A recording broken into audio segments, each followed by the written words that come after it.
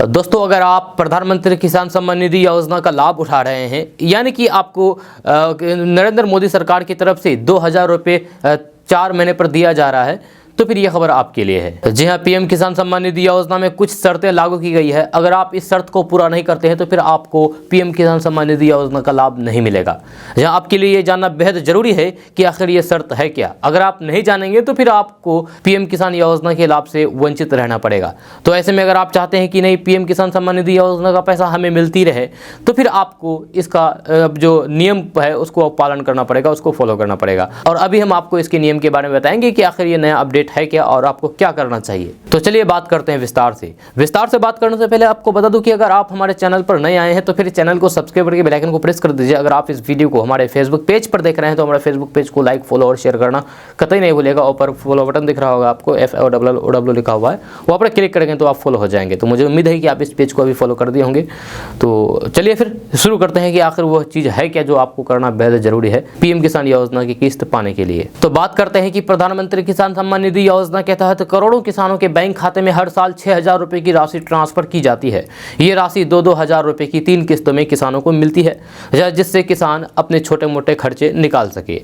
इस स्कीम से जुड़े किसानों के खाते में 12वीं किस्त ट्रांसफर की जा चुकी है। अब जल्द किसानों को 13वीं किस्त के 2,000 रुपए भी मिल जाएंगे। ऐसी अटकलें लगाई जा रही है कि नए साल के अवसर पर किसानों को खुशखबरी मिलने वाली है, लेकिन इस खुशखबरी से पहले कई किसान चिंता में हैं। दरअसल किसान परेशान है कि कई किसानों के बैंक खाते में 12वीं किस्त के 2,000 रुपए भी ट्रांसफर नहीं हुए हैं।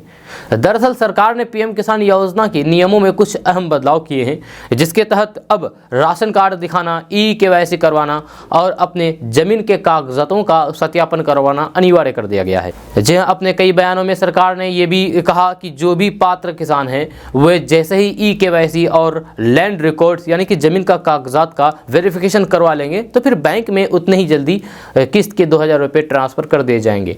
अगर ये चीज़ नहीं करते हैं तो फिर उनको 2,000 रुपये की किस्त नहीं मिलेंगे। जी हाँ, तो ऐसे में अगर आप भी अभी तक अपने KYC नहीं कराए हैं कि पीएम किसान योजना में, तो आपको 2,000 रुपये नहीं मिलेंगे। अगर आप अभी कर लेंगे तो फिर आपको तुरंत मिल जाएगा। कई बार किसान के आवेदन में गड़बड़ी की वजह से भी पैसा आने में दिक्कत हो जाती है।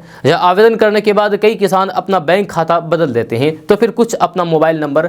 इस केस में सरकार तो पैसा ट्रांसफर करती है, लेकिन नंबर और बैंक खाता बदलने के बाद किसान आवेदन में अपडेट नहीं करते हैं, जिसके चलते आर्थिक मदद नहीं मिल पाती है। इस समस्या से निपटारा के लिए सबसे पहले अपने डॉक्यूमेंट्स दुरुस्त कर लें। अब आप सोच रहे होंगे कि आखिर इसमें कौन कौन से डॉक्यूमेंट्स लगते हैं। तो आपको बता दूं कि अगर आपने हाल ही में अपना बैंक खाता या फिर मोबाइल नंबर बदला है तो फिर सबसे पहले अपनी पासबुक अपडेट करवाएं। इसके बाद pmkisan.gov.in पर जाएं। यहाँ अपने नए बैंक खाता का number, IFSC code, mobile number, KYC, ज़मीन के कागजात, आधार कार्ड आदि में सही बदलाव करने के बाद दोबारा अपलोड कर दें।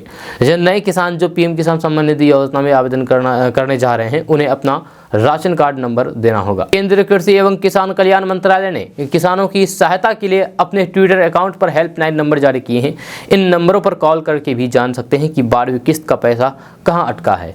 आप चाहे तो टोल फ्री नंबर 1800-180-1551 या फिर 155-261 पर कॉल कर सकते हैं। साथ ही आपको बता दो कि पीएम किसान योजना का पैसा कई कारणों की वजह से नहीं आता है, जिनमें कई किसान को पता भी नहीं होता है और किसी वजह से पात्रता रद्द हो जाती है। इस समस्या के समाधान के लिए सबसे पहले पीएम किसान स्टेटस चेक करें।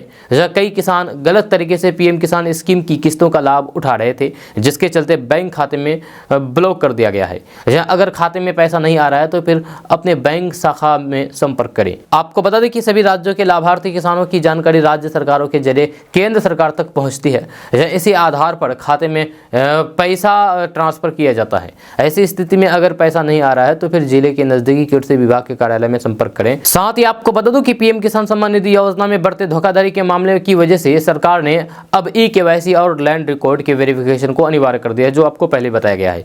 जब सभी पात्र किसान ये दोनों काम नहीं करवाएंगे, सरकार भी पैसा ट्रांसफर नहीं करवाएगी। ये दोनों काम किसानों की सुविधा के लिए ही है। दरअसल eKYC वेरिफिकेशन करवाने पर सरकार को आपकी जानकारी हो जाती है, जिससे बाकी सरकारी योजनाओं का लाभ लेना भी आसान हो जाता है। वहीं जमीन रिकॉर्ड के बारे में बात किया जाए तो लैंड रिकॉर्ड का वेरिफिकेशन इसलिए करवाया जा रहा है ताकि ये पता चल सके कि किसान छोटे स्तर पर खेती करते हैं या फिर नहीं, क्योंकि पीएम किसान योजना के नियमों के मुताबिक 2 हेक्टेयर या फिर उससे कम जमीन वाले किसान ही पीएम किसान सम्मान निधि योजना की स्कीम का लाभ ले सकते हैं। दोस्तों ये अपडेट बस यहाँ तक। कैसा लगा नीचे कमेंट बॉक्स में कमेंट करके जरूर बताइएगा। अगर आप इसके बारे में कुछ कहना चाहते हैं तो नीचे कमेंट करके जरूर कह सकते हैं। तो अगर आप हमारे चैनल पर नए आए तो चैनल को सब्सक्राइब करके बेल आइकन को प्रेस कर दीजिए। अगर आप इस वीडियो को हमारे फेसबुक पेज पर देख रहे हैं तो हमारे फेसबुक पेज को लाइक, फॉलो और शेयर करना कतई नहीं भूलिएगा। तो चलिए मिलते हैं फिर नेक्स्ट वीडियो के साथ। तब तक के लिए जय हिंद, जय भारत।